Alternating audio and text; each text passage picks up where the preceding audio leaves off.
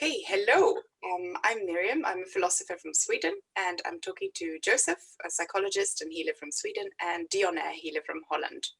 And we're talking about personal development, and today we are talking about emotions and emotional development, and empathy, and the difference between empathic and empathetic. And I just thought I'd share something with you. So for a while, I had a lot of anxiety, and I got the panic type attacks, which was really, really horrible. And I thought that I had cancer. It went on for several years, and I went to therapy for it. And at one point, a psychologist friend of mine said that what you're going through right now, in my anxiety attack, what you're going through right now is really, really scary as hell, but it's not at all dangerous. See? Because the feelings themselves can't hurt you. They can't. Okay. Yeah, that really changed something, and I've thought about it many times since. I've also told a number of people, it's not dangerous to have awful feelings or feelings that like passions that take over you. It's not dangerous. They're necessary. They're necessary. Without them, you would have a problem. Yeah, but I mean, the feeling of being of drowning in your feelings. Okay, yeah. Necessary. That's very scary, but it's not dangerous because you're not actually drowning. No, I think it's a wonderful process you went through there. It's a good way of looking at it. You're not disappearing. Yeah. This is because anxiety is it's like a prison. It's putting yourself into something that is very narrow, and please open it up, for yourself to get out of the narrowness. Just leave it. Yeah, of the anxiety. Let the emotions go through there, but you don't have to be kind of put yourself into to an anxiety, angst, which is you closing yourself inside, but let it be there, the feelings, let the feelings be there. It's not dangerous. Don't close yourself. Stop breathing, because you should not stop breathing. You should.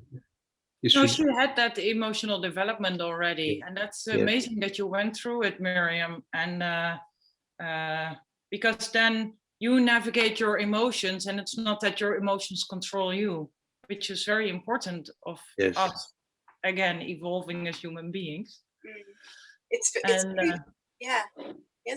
very funny. This, it's not funny, humorous funny, but it's noteworthy that that this mechanism in anxiety that you have this feeling that seems to drown in, that sort of takes over all of you, and there's nothing but fear suddenly, and then you close the doors even more. Yes, you do. It's a very, very interesting mechanism, when we have, it's like if the mind is a big room, and then that's another metaphor. What I heard that now. It's from a mindfulness book, I remember now. So the idea is that you think of your mind as a very large hall, a big room with a lot of windows and doors and a big stage in the front. And perhaps you've always been like the doorman who says you can come in and you can't come in to the different feelings and thoughts who are in your mind. Yeah. So instead of being the doorman saying you can't come in, and then standing in the door fighting these thoughts and feelings that want to come in to your hall, and being in this constant struggle with yourself, you go and sit on the stage and you just watch all the thoughts and feelings mingle with each other, and you can know, there we have the fear that wants to talk to, you know, the idea that that I'm not worthy, or that, you know. So, and you watch them mingle a little bit, and you know that they will eventually do something else quite probably sooner than you think, because you have in this, I forgot to say that as a very badly told story, this, but so you should imagine this hall with a lot of open windows and doors. that's the idea, so that there's always something coming in, something going out. When anxiety comes in and when it overtakes you, it's like you're suddenly, you close all the windows, all the doors, and you contract the room. So it's like a tiny little, you know, wardrobe with no windows and doors anymore. And then you say, I hate this, things will never be the same again. I'm never going to be normal again, you know, and you keep going with these. It's very fascinating that this is what we do, and how difficult it is to help someone who is having an anxiety attack, and how essential it is to evolve. Yeah. And it's also so interesting how every other emotion requires other attention. Like when there's anger, or when there's envy, or when there's shame, they all, first of all, they all need awareness, obviously. Like you say, the doors need to stay open, you need to stay aware, or be aware, or become aware. And then, but they all need different exploration, or they all hold different kind of energy. For instance, with anger, it can be so volatile even, and it can be so, it gives you a false sense of power, maybe even. Instead of narrowing yourself, it kind of inflates your ego at times. I mean, I've noticed that with certain people. It's also very interesting to see what anger can do to one.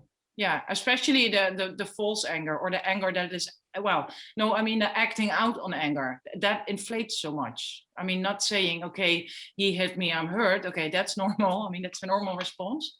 But the acting out on anger and the false power that people take from that, it can fuel someone in a very ugly way, sort of say. It does. Right, Joseph? What do you say?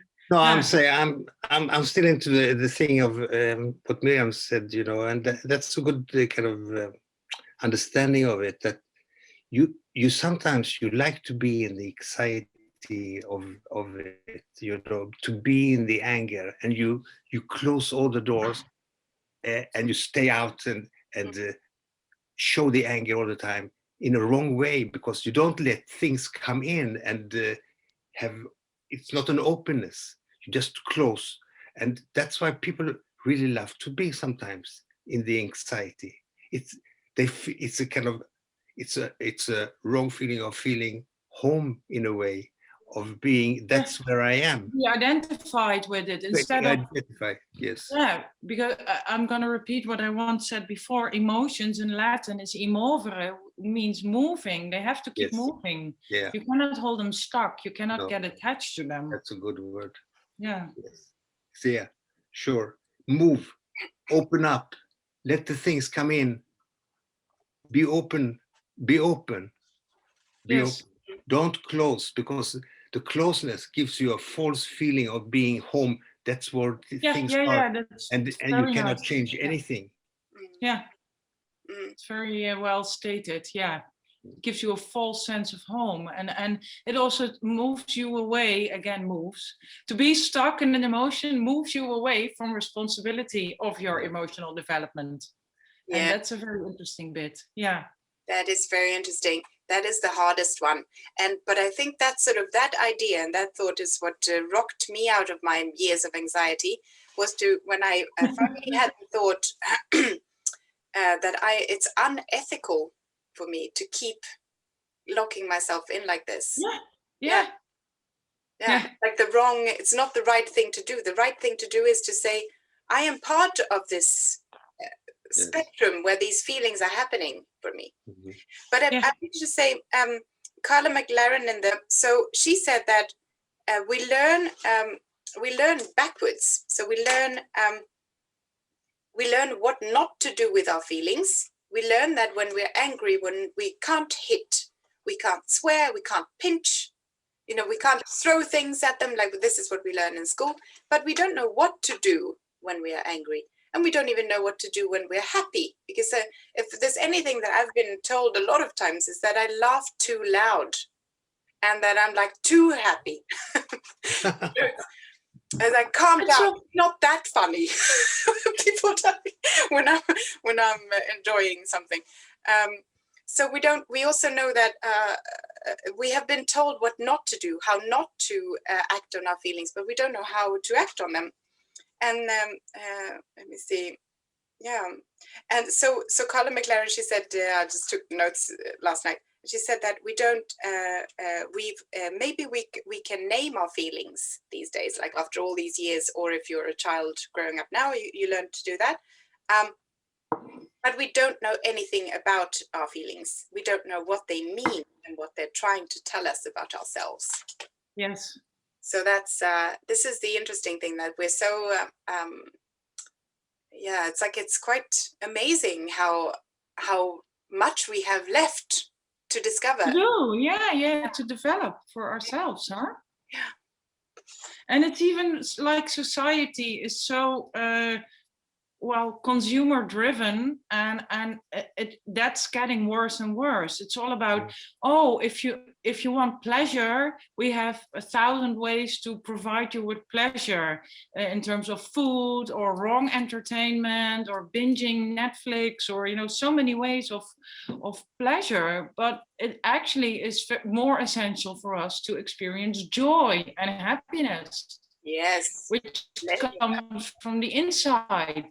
Yes. And not from the outside. And so many people are so confused about these concepts. They don't have a clue, because society is just money based, and it gives something that again, I say it, that makes us move more away from ourselves instead of towards ourselves.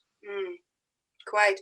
And then we said some other time, I said that that when you're on your path, you feel good, but the kind of, and I thought about it after, I mean, it's not feeling good like when you're taking drugs, or when you're like in a spa, and you get like very nice therapeutic, not that kind of good, not pleasure good, but it feels aligned good. It feels like, these ideals from the romantic era, the sanna, the rätta, the sköna, the right and the beautiful, like these. That's how it feels. That's the goodness of being on your path. Yeah, because it serves a purpose. You're serving your purpose, and you're contributing instead of consuming to waste life. I don't know, to numb yourself and I don't know. It's like this huge snooze society. People are on snooze and so unconscious, most of them, and then you die an unconscious life. So horrible. Yeah. And how these super important parts of our emotional life have been hijacked, as if joy and lust for life and joie de vivre, like that has anything to do with consumerism and pleasure, or from spa treatments, or I mean, it's so or Botox and bleaching, anything, everything, whatever. Yeah. The thing, I could say anything more, but just say, you kind of saying more of the same that you have said right now, because it's wonderful. But the thing that I'm thinking about is actually how do you do, or one thing should be, how do you work on getting into this emotional, or your state, or maybe it's more of a state of being more in the world. How do you work on that? If I may speak for myself, yes. If I can speak for myself, I notice literally voicing myself, speaking up, literally starting my sentences with I would like, I wish, I need, can we talk about that when I would engage another person? Yes. So for me, the relationship with myself, exploring myself, getting to know my personality, my character, even what Miriam said, because now I'm wondering my Enneagram, what my emotional challenge is. So, but I'm sure she will tell me later because she can't resist. But that's the thing. Well, that's a side note. But luckily, people like us feel so inclined and feel so urged to evolve and develop ourselves. So we find ways by connecting, by talking, by exchanging. Actually, what we are doing now. Yes, like yes. talk now. And this is more conceptual, but I also know that I can speak outside of this room with either of you, and I can explore what is going on for me, what I'm sensing, what I'm experiencing. And also doing that interpersonally. I noticed over life, I have very little active relationships with acquaintances anymore. I had so many acquaintances, and I was always wondering why I was so tired, because I was just scattering my energy. And now I only have a few purposeful relationships. So again, the word purpose. I don't have relationships for consumption. I have relationships to learn, to grow, to explore nature with, to well, all levels of embodying my human life here on earth, and that enriches it, and not moving away from it anymore. And I was good at that, especially when I lived in Amsterdam. Man, you know, the temptation was huge on every level. And I had so many ways to lose myself or to not be here. And yeah, I skipped that. I live in a city, but rural now, on the outskirts. And I love it. I love going into the forest, listening to the birds, connecting to my cats. Yeah. So for me, all moving away from one thing and only using it very little, you know, like, okay, I can watch a movie on Netflix, that's not a problem, but not for but not to lose myself for days, you know. Exactly. That's not what it's meant for. No. Yes. So yeah, and everything that I do, be mindful and conscious as much as I can. Yeah, me too. And for you, for the both of you, yeah. So yeah. Yeah, it's kind of also. I am very social person, but also I've kind of cut. So I have some people that and that has been friends for maybe long time and or short time, but the kind of the amount of real friendliness of people are getting short and small, but I like that, you know. So it's a way of more quality into that. I don't want to, because too much quantity, you lose yourself. Yeah. And talking and easy way, you know. It's easy, it's nice in a way, but it's consuming of your inner self. So be kind of careful, look at the truth, try to be truthful to yourself, then you are also truthful to other persons, and they also like it and they cherish it, and so that's an important part. It is. So sometimes I say, well, don't be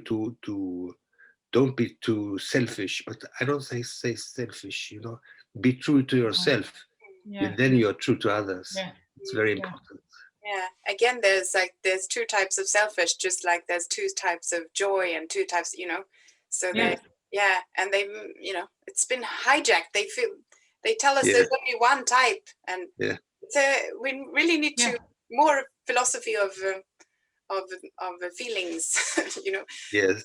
I'm glad we're in the front lines. I'm glad we can see this. Yeah, honestly, I feel glad. Yes. Say again, Miriam. Yeah, I would just want to say I have two things that I thought. Yes. So one is I wanted to bring up. So one has to do with our own emotional development, and the other one has to do with how we can assist others in their emotional development. So the first idea is the what's called third factor, And that's an idea from Dabrowski. I can also link in the comments. And so he says that there are three factors that guide a person's ability and capacity for change and development.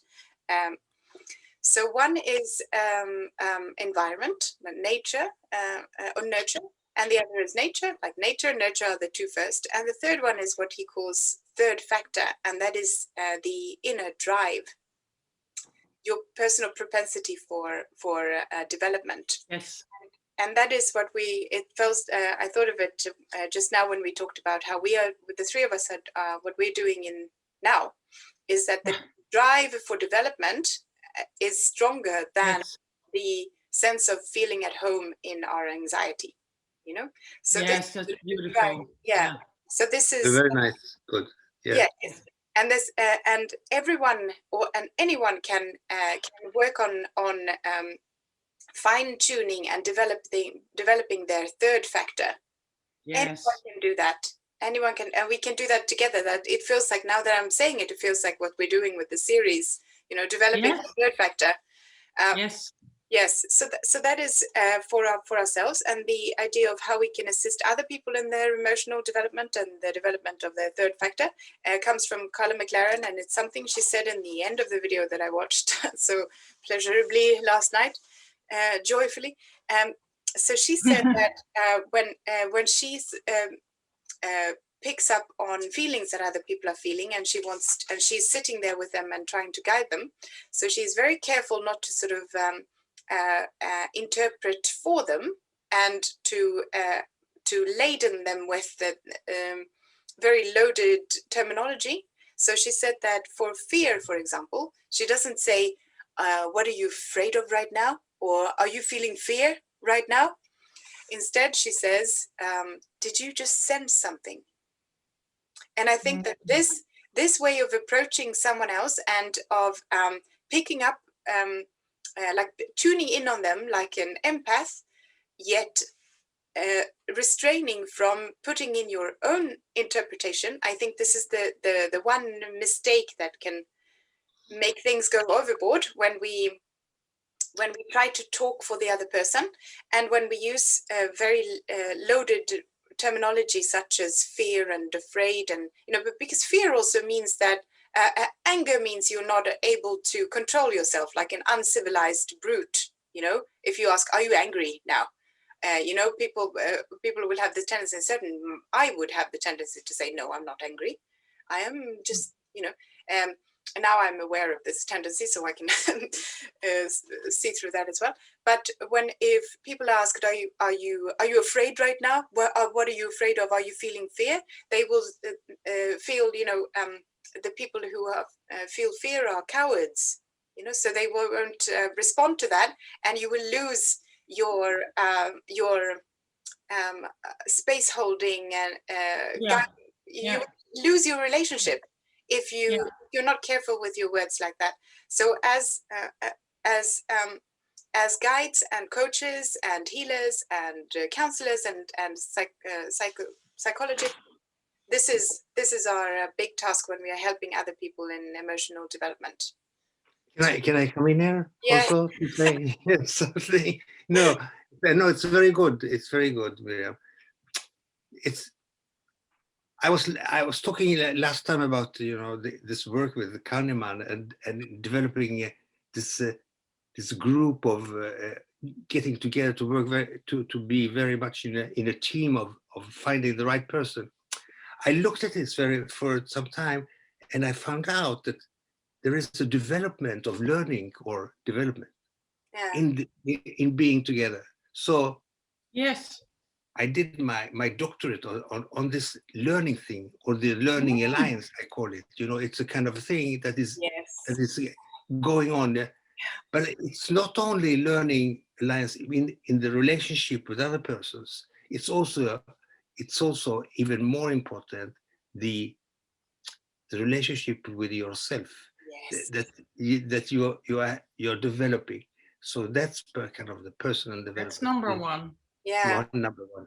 And I'm coming into that more closely now, and that's, I think, is maybe the most important thing, is to develop that kind of relationship with development. I call it learning. Maybe it's not learning, or it's learning and it's a development, because it's a learning thing also that you are doing in developing this personal kind of relationship with yourself. Yeah, it's a very important part. Yes, it is very important. Like the higher self, and learning to listen, learning to speak, learning within yourself, like and learning to discern. Learning to discern.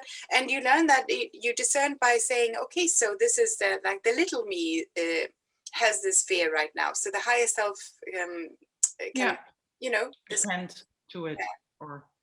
And now we need to finish, but do we have some I have one finishing thought, yes, because also for coach and guides, and as you said, Miriam, I love that bit about what are you sensing now, but also if someone, after an emotional outburst, because there needs to be held space for that at first, and then you could say, well, what will you gonna do about that?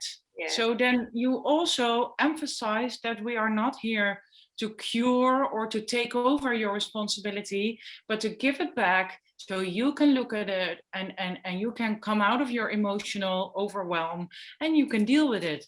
So saying like, okay, so what are you going to do about that now? And send somebody off on their journey. And I think that's very important for that personal development bit.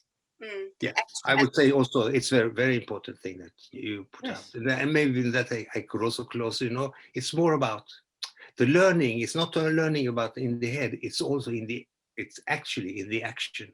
So what do you do in order to do this? So that's the question, is to put on the persons yourself. To do something. It's only in the machen you get the power to yourself. Yes. Yeah. Perfect. Thanks again. Yeah. Thank you. Lovely. Thank you. And this. See you next time. Very good. See you soon again.